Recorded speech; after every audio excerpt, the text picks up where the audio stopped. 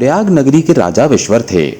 उनका राज्य सुशोभित, धनवान तथा सभी प्रकार की सुख सुविधाओं से परिपूर्ण था। राजा विश्वर अपने दरबार में अन्न, वस्त्र और स्वर्ण मुद्राएं अपनी प्रजाजनों को तथा योग्य ब्राह्मणों को दान करके उनका आदर सत्कार करते थे। वो प्रतिवर्ष भागवत सप्ताह की कथा का भी आयोजन करते थे, जिस कारण से सभी श्रोता और साथ ही संत, मुनि, ऋषि उन्हें शुभ आशीर्वाद देते थे। उन्होंने अपने पूरे जीवन काल में बहुत ज्यादा पुण्य कर्म किए थे, जिसकी प्रशंसा तीनों लोकों में होने लगी थी, जिससे स्वयं देवराज इंद्र भी उनके पुण्य कर्मों के चलते उनसे ईर्ष्या का भाव रखते थे। एक दिन की बात है, जब राजा अपने कक्ष में बैठे हुए कुछ सोच रहे थे, तभी उसी समय वे अपनी रानी से कहने लगते हैं, महारानी, बहुत समय से हमारा मन कर रहा है कि हम अपने राज्य में बड़े बड़े पंडितों और विद्वानों को आमंत्रित करें और अन्नदान करें। महारानी कहती है, महाराज, ये तो आपने बहुत ही उत्तम विचार किया है। आप इस पुण्य के कार्य को अति शीघ्रता से पूर्ण करवाने की योजना बनाइए। तब राजा ने ठीक है कहते हुए अपने एक महामंत्री को बुलाया और कहा, मंत्री जी, हमें विशेष रूप से ऋषियों मुनियों के लिए अन्नदान का आयोजन करना है। आप तुरंत ही अपने सबसे खास रसोइयों को कहकर सभी प्रकार के स्वादिष्ट व्यंजन और पकवान बनाने की तैयारी करें। महामंत्री ने कुछ खास रसोइयों को बुलाया और उन्हें राजा की इच्छा बताई।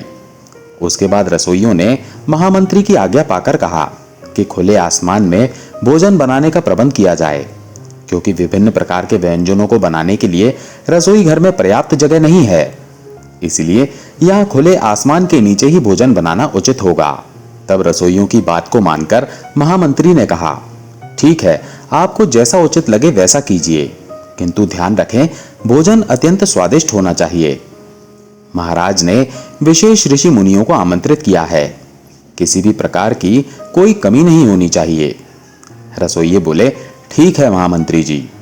फिर महामंत्री ने राजा से कहा, महाराज, दरबार में सभी विशेष अतिथियों के लिए भोजन का प्रबंध हो चुका है। राजा स्वयं ही जाकर रसोई की व्यवस्था देखने गया। भोजन की विशेष सुगंध महसूस करने से राजा अत्यंत प्रसन्न हो गया और कहने लगा, महान पंडित और ऋषि गण भोजन के लिए आ रहे हैं महामंत्री जी। भोजन तथा उनकी सेवा में किसी भी प्रकार की कोई कमी नहीं होनी चाहिए, अतः उनके स्वागत के लिए पूरे राज्य को सुशोभित कर दिया जाए। वहीं दूसरी ओर जब रसोई में खीर पकाई जा रही थी, उसी समय आसमान में एक चील विषैले सांप को अपने पैरों के पंजे में दबोचकर लेकर कहीं जा रही थी।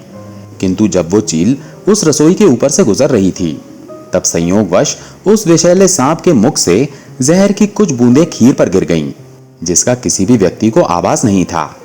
वही विषैली खीर कुछ ही समय बाद पककर तैयार हो गई। जब उस दिन राजा के आमंत्रण का सम्मान करते हुए आसपास के राज्यों के सभी ऋषि भोजन के लिए राज दरबार में आए, तब स्वयं राजा ने उनका स्वागत किया, उनके पैर धोए और उचित आसन देकर उन्हें भोजन कराने हेतु बिठाया। राजा ने अपने हाथों से ऋषियों को भोजन परोसा। सभी लोग आनंद विभोर होकर भोजन का स्वाद ले रहे थे, किंतु कुछ ही समय के पश्चात सभी पंडितों को अचानक से चक्कर आने लगे और वे सभी अपनी जगह पर ही भोजन करते समय ही ढेर हो गए और देखते ही देखते मृत्यु को प्राप्त हो गए। महाराज के सामने ही सभी लोगों ने अपने प्राणों को त्याग दिया। इस शुभ अवसर पर ऐसा विघ्न देखकर राजा को गहरा सदमा लगा। उसने तुरंत ही अपने सेवकों से कहकर वो सारा भोजन फेंकवाया। अपने महल में हुई ब्राह्मणों की अकाल मृत्यु को देखकर राजा सोचने लगा कि अब मुझे घोर ब्रह्म हत्या का पाप लगेगा, जिससे जन्म जन्मांतर तक मुक्ति नहीं मिल सकती।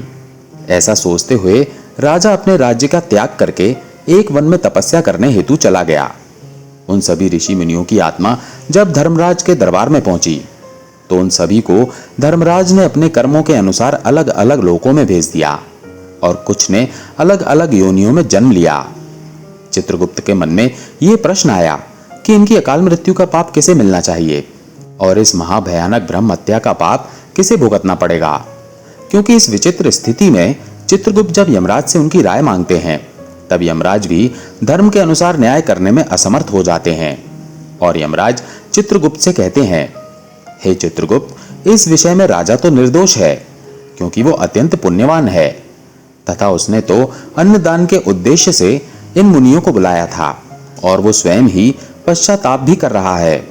दूसरी ओर जो रसोइया खीर पका रहा था वो तो इस बात से बिल्कुल अनजान था कि इस खीर में सर्प का विष गिरा है तथा उसने अनजाने में ही भोजन परोसा था। वहीं आकाश में जो चील सांप को लेकर जा रही थी वो तो अपने बच्चों के लिए भोजन की व्यवस्था कर रही थी। वो भी इस ब्रह्म हत्या की भागी नहीं हो सकती। वो सर्प जिसे चील उड़ाकर ले जा रही थी, वो सर्प तो स्वयं के प्राणों की रक्षा हेतु छटपटा रहा था और आत्मरक्षा हेतु उसने विष को उगला था जो कि इन ऋषियों की परोसी गई खीर में जा गिरा था। तब धर्मराज अत्यंत चिंतित होकर भगवान श्री हरि का चिंतन करते हैं, क्योंकि अगर उन्होंने गलत प्राणी को सजा सुना दी तो वे भी इस महापाप के भागी बन सकते थे। धर्मराज तो बहुत बड़े संकट में फंसे हुए थे, क्योंकि उनको समझ नहीं आ रहा था कि किसको सजा दी जाए। उसी समय स्वयं भगवान श्री हरि यमपुरी में प्रकट होते हैं और यमराज से कहते हैं, हे धर्मराज, आप व्यर्थ की चिंता ना करें। समय आने पर आप स्वयं ही इस महापाप के भागी को सजा सुना सकते हैं। बस आप योग्य अवसर की प्रतीक्षा करें। तब धर्मराज श्री हरि की बात का समर्थन करते हुए कुछ समय के लिए इस बात को भूलकर अपने कार्यों में मग्न हो जाते हैं। इसी तरह कुछ वर्षों का समय बीत गया।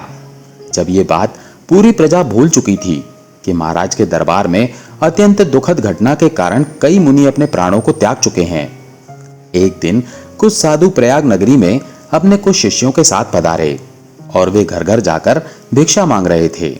जब उन्होंने एक स्त्री से पूछा, हे देवी, ये नगर बहुत सुंदर है, क्या आप हमें इस राज्य के राजा के दरबार का रास्ता बता सकती हैं? तब उस स्त्री ने आश्चर्य के साथ उनकी ओर देखकर कहा, अरे मुनि जी, आप क्यों स्वयं की मृत्यु को बुला रहे हैं? तब मुनि ने अचंभित होकर स्त्री की बात सुनकर पूछा, हे देवी, आप ये कैसी बातें कर रही हैं? मैं राज दरबार जाना चाहता हूँ।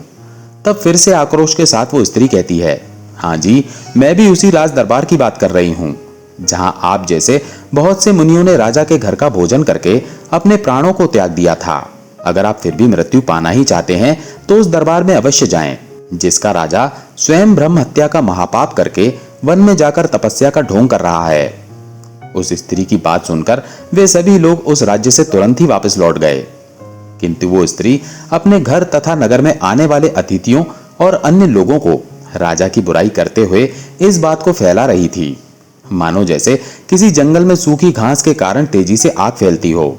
कुछ ही दिनों के बाद उस स्त्री की एक सर्प के काटने के कारण मृत्यु हो जाती है और वहीं दूसरी ओर राजा विश्वर, जो कि सन्यासी बन चुके थे, उनकी भी वृद्ध होने के कारण वन में ही मृत्यु हो जाती है। उन दोनों की आत्मा को लेकर यमदूत धर्मराज के दरबार में आ जाते हैं। तब चित्रगुप्त उन दोनों के पुण्य तथा पाप का लेखा जोखा देखते हैं और देखने के बाद वे यमराज से कहते हैं, हे महाराज, आज वो दिन आ ही गया जिसका हमें कई वर्षों से इंतजार था। हे धर्मराज, ये वही राजा है जिनके दरबार में ब्राह्मणों की मृत्यु हुई थी। तब धर्मराज कहते हैं, हे चित्रगुप्त, राजा विश्वर को ब्रह्मलोक भेज दिया जाए, क्योंकि उनसे ये पाप भूलवश हो गया था, तथा इस स्त्री को 16 नरकों की सजा दी जाए और इसकी जिह्वा काट दी जाए। यही उस ब्रह्म हत्या की भागीदार है, क्योंकि हे वत्स, राजा ने तो अपने धर्म का पालन किया था। चील ने स्वयं की भूख मिटाने के लिए सर्प का शिकार किया था और सर्प ने स्वयं की रक्षा हेतु विष को उगला था, जो कि खीर में जा गिरा। ये सभी निस्वार्थ भाव से अपना अपना कार्य कर रहे थे। इन्होंने जानबूझकर ये पाप नहीं किया है, अतः इस पाप को करते समय इन्हें कोई सुख या दुख की अनुभूति नहीं हुई। जबकि वहीं दूसरी ओर इस स्त्री ने अपने कटु वचनों के साथ स्वयं के पालनकर्ता राजा की बहुत ज्यादा निंदा की है।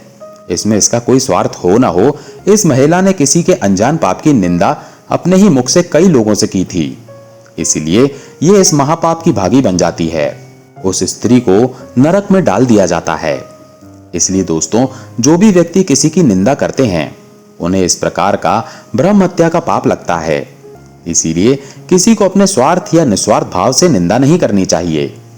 कुछ लोग ईर्ष्या के भाव से दूसरों की निंदा करते हैं या चुगली करते हैं, तो निंदा करने वाला और किसी की निंदा को सुनने वाला दोनों ही पाप के भागीदार होते हैं।